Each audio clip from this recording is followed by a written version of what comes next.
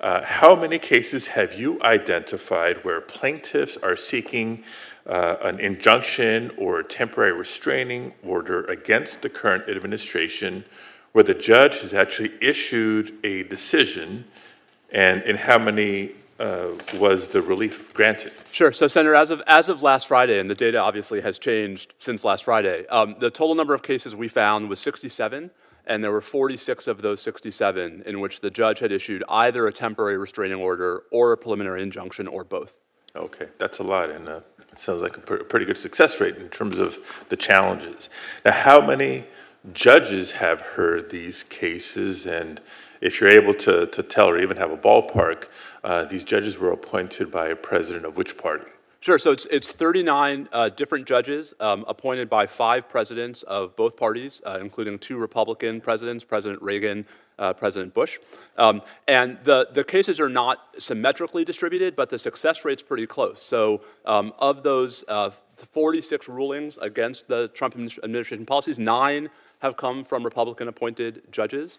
And the success rate in those cases has been about 45–50%, so just a little bit lower than what we're seeing in the cases with Democratic-appointed judges. Okay, that's encouraging to demonstrate that it's not a partisan lens with which these judges are acting now.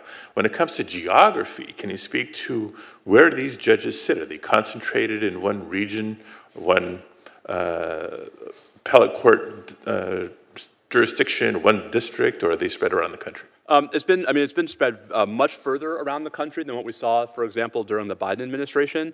So we've seen 11 different district courts in the 46 cases that have blocked Trump policies, 11 different district courts in 7 different circuits, which is a pretty big shift from as recently as a couple years ago when most of the nationwide injunctions against Biden policies were coming from district courts in Texas, Louisiana, and Missouri. So thank you, and appreciate your verification of some of the data that I have in front of me. To me, it confirms not just the numbers, but that it's not the judges getting in the way of the Trump agenda. It's certainly not a few radical judicial activists either. Now, question on a different topic for you. You're an expert on sensible ways to reform the judiciary to make it better work for the American people in a way that was intended by the framers of our Constitution. In your view, what are the most pressing reform needs when it comes to the federal courts? Yeah, I think the most pressing needs, are to avoid the more general ability of parties to manipulate the federal courts.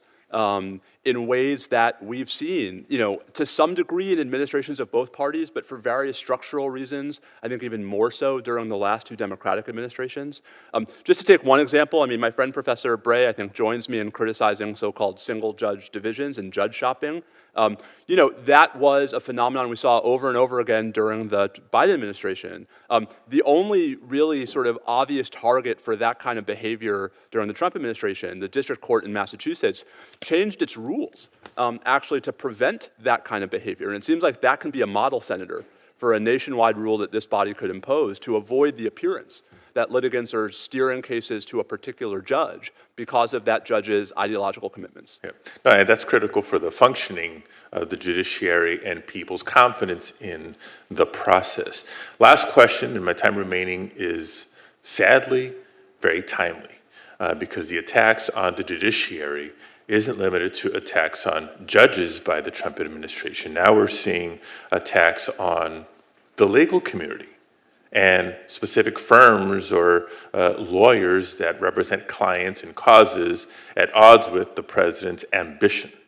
Can you speak to the chilling effect that these targeted executive orders are having on the legal community and their ability and willingness to take on clients or employees that might dare to disagree with President Trump? Yeah, I think we're seeing a chilling effect, Senator, in some of the law firms that are, making these agreements with the president to not represent particular clients, to devote hundreds of millions of dollars to pro bono litigation in support of the president's agenda.